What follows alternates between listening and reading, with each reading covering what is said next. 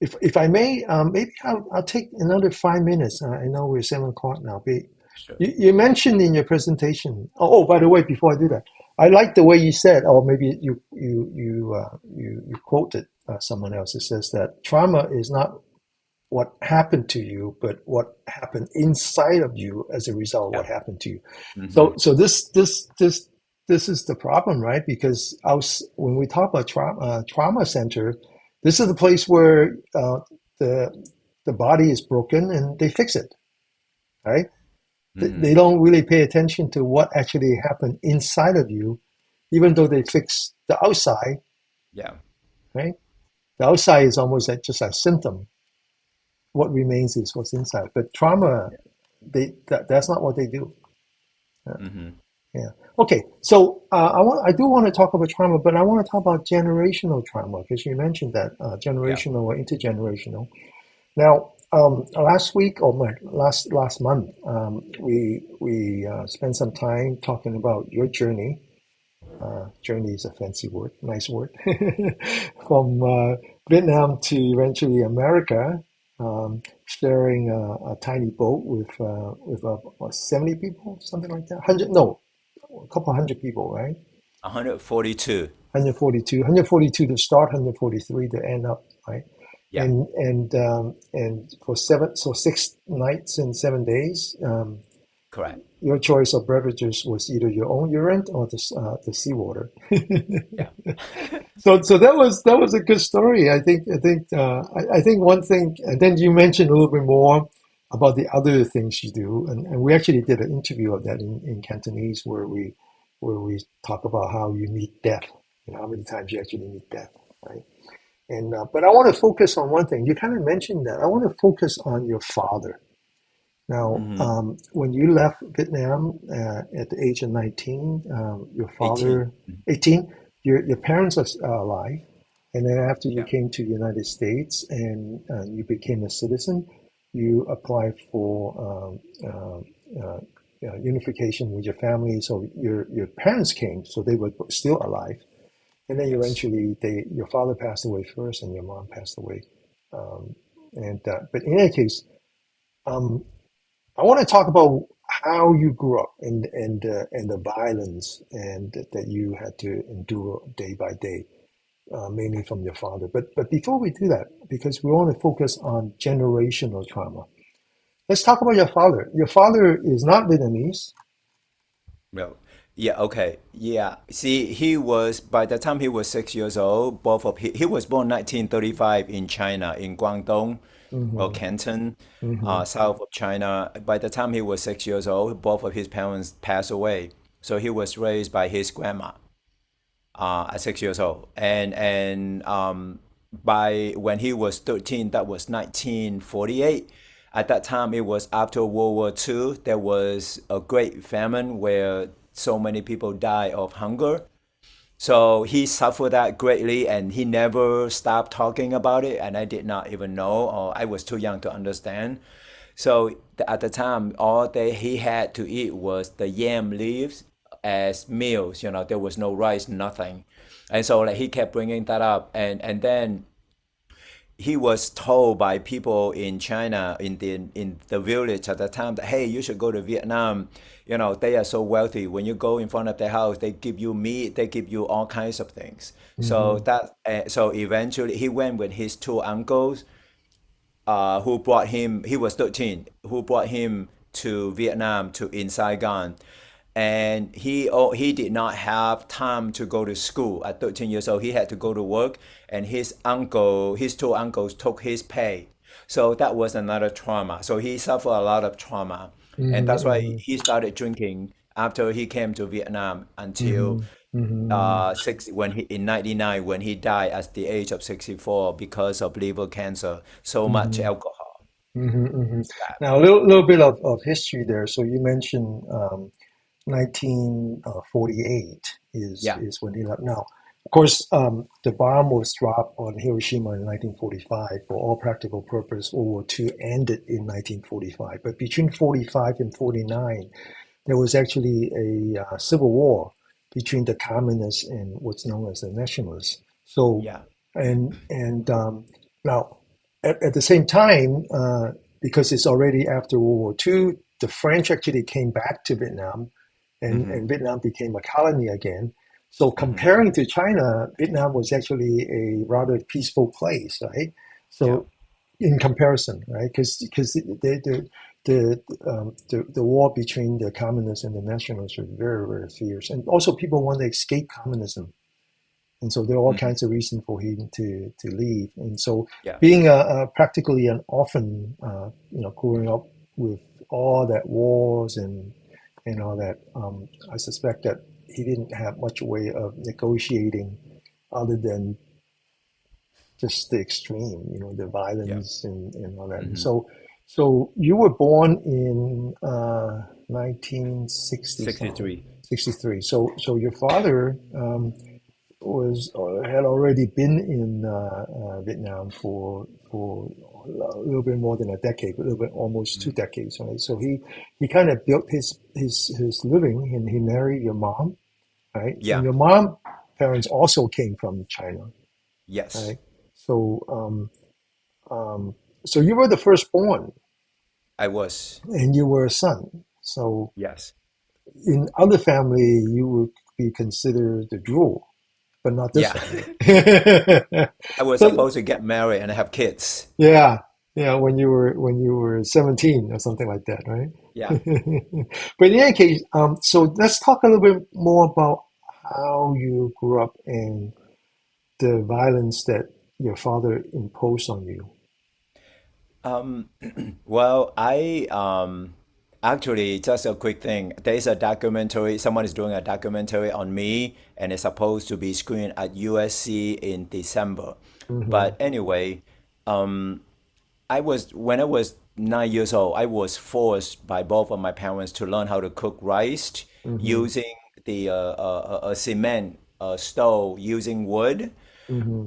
If I screw it up, if I overcook, if the rice got burned, I would be scolded, and I had to learn how to make meals, veggies, make soup. At 9 years old, at the same time, my sister, who was born in '72, I had to take care of her during the day, because my mom had to work. You didn't So just get scolded; you get beat up. with yeah, yeah, I know, but I want to make sure that people who are listening to this know that this is not just your father yelling at you. correct. He This hit is him he would hit me. yeah, and this is not something like he just rip off a tree branch and go Hmm. after you. He had some other things that in mind, Yeah. right? So Yeah. So, I had no choice. At 9 years old, I did not know, yeah. right? So in growing up, that was normal. So I had to, and at the same time, I had to go to school. I went to school from 8 a.m. to like 2 p.m. And as soon as I came home, I had to help out. I had to do all the cooking, took care of my sister, until 8 or 9 o'clock when I was able to have some time. I shower, I bathe, and then did my homework, and then I would go to bed at 11:30 or so, and then 6 a.m. or 5 a.m. I woke up, and that's day in and day out. And to me, that was normal. That Hmm. was Hmm. how it was, right? Here we Hmm. have kids that, oh, they need to sleep 8 hours. I never had slept more than 6 hours. Hmm. And Hmm. who knows, one day I may have dementia or something when I get older. But that's how it was from 9 years old until I was 18, until I left Vietnam. It was never stopped. And So your father never have a kind word for you. never, never. He would scream and hit me, and then after I cry, and then he would give me some money just to make it up, just to make him feel better, I think. Hmm. Hmm. And no, there was one time, and actually when I talked about this, I broke down and cried in the documentary. There was one time that I switched the radio station. He because he was listening to some Cantonese singing opera. We had some employees, and they asked me to turn it to Vietnamese channel, and I did. And he came up and he kicked me in the head, and he cursed at me. All I could do was cry and walked away. And Hmm. that was one of so many instances in Yeah. which I was physically hit. Yeah, and also verbally yelled at, scolded at, yeah. cursing the worst of the. And you mentioned earlier that he was a drunk too. Oh yeah, he was always drunk. Yeah, he had, Yeah. just so you guys out there know, he had a case of beers. Like in Vietnam, they had the beer called 33. I don't Mm-hmm. know who Yeah, I made seen it. it. I seen it. Yeah, I seen Yeah, it. Hmm. a case of it every night, and he would come home on a moped, drunk, and I was the one. I had to take him upstairs and took his clothes off and put him to sleep.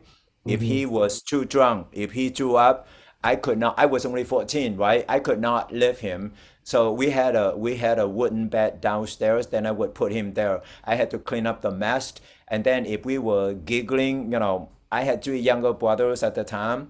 We were smiling and talking. He would curse at us. He would make us burn an incense and kneel in front of the altar. Hmm. So Hmm. that was like daily basis, Hmm. Danny. You Hmm. know, Now, of yeah, course, in the future, we need to talk about how you actually elevate yourself from that. You know, yeah, that didn't become you, right? That you were no, able to overcome that. And yeah, so let's fast forward because we don't want to spend too much time. Let's fast forward. So finally, your father, your entire family came to the mhm, United States. He didn't yes, work, right? He didn't work. So no, you became the person that supported the family, yeah. supported him. And by how old was he when he came? 1999. So he was, I think, 60, 54 54. Yeah. I or mean, 60. No, 54. Yeah, yeah. I right. mean, we still consider him a young man, but who am I talking about? Uh-huh. How did so he never he still didn't stop. His abuse did not stop. No, but not at me. I mean, he smoked inside the house. 2 nights, 2 days after he came, I had bronchitis because he smoked. We live in Cleveland, Ohio. He smoked, so I inhaled the smoke during my sleep. I couldn't breathe. I went to the doctor. I had bronchitis because of that. Mm-hmm, But my one sister, she fell as she took the stair, and he cursed at her like, why can't you walk normally? And then mm-hmm. I also had a sister who started dating, and he Yeah, used a cane and whipped her. Like, really? I told my mom he's gonna be arrested yeah, if he didn't stop. Yeah. yeah. So yeah, He doesn't sound like no, such a good guy. no, But you know. you mentioned earlier that you were actually relieved when he died. Yeah, because I didn't have to deal with him anymore. I Mm-hmm, felt so much relief, even though I was full. I was my whole body, my mind was filled with anger and hatred. But because I didn't have to deal with him anymore, but I constantly carry those anger with me and hatred. Even when one of my brothers talked about him, I cursed at them. I said, shut up, because I did not process those anger, the anger, the hatred yet. It took me years to get through those. quickly. How did you do that? I cry. At first, I cried. I said, like, was he my father? And I looked at my hands and my features, and they are like exactly like him. So, Mm-hmm, there's no denying that I was not his son, but mm-hmm, I did not understand. So it took mm-hmm, me years to come to what I call acceptance. Like, okay, mm-hmm. it was eating me inside out, and then eventually, the anger, the resentment, the ill will, I wish him dead all the time.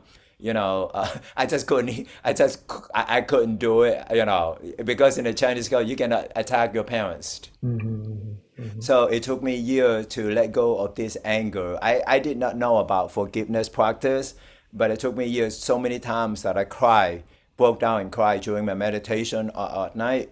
And naturally, all my anger, my hatred against him dissipated, gone. Yeah. Now, the reason I wanted to bring that up, and I'm glad that I'm not the first one to interview you about this because because you already have processed all that. But the reason I want to bring that up is that people who are listening to that, they might think that this is an extreme. It's not an extreme. When we're inside the prison talking to the people who are incarcerated, nine out of ten. that's the childhood, right? I remember Yeah. one guy, he cried because his only image of his father was his father pull a gun on him, you Yeah. know. And so this is not extreme. It happens, and that's why I think in some time in the future I like to see that tree again. Hmm. This is the tree that, if you imagine you have a tree, and if the soil is full of acid, then it makes sense that the fruits are very bitter. I mean, very sour and bitter, right? And that's a big part of the people who are incarcerated, because their childhood is so violent, Yeah. you know. And so that's why, this trauma could be generational, intergenerational, that one generation pass on to the other. Right. So I guess in conclusion, I think this is where the compassion comes in. When we see people who are incarcerated, I think we can find a little bit of compassion in us, at least understand that, there's a reason for everything.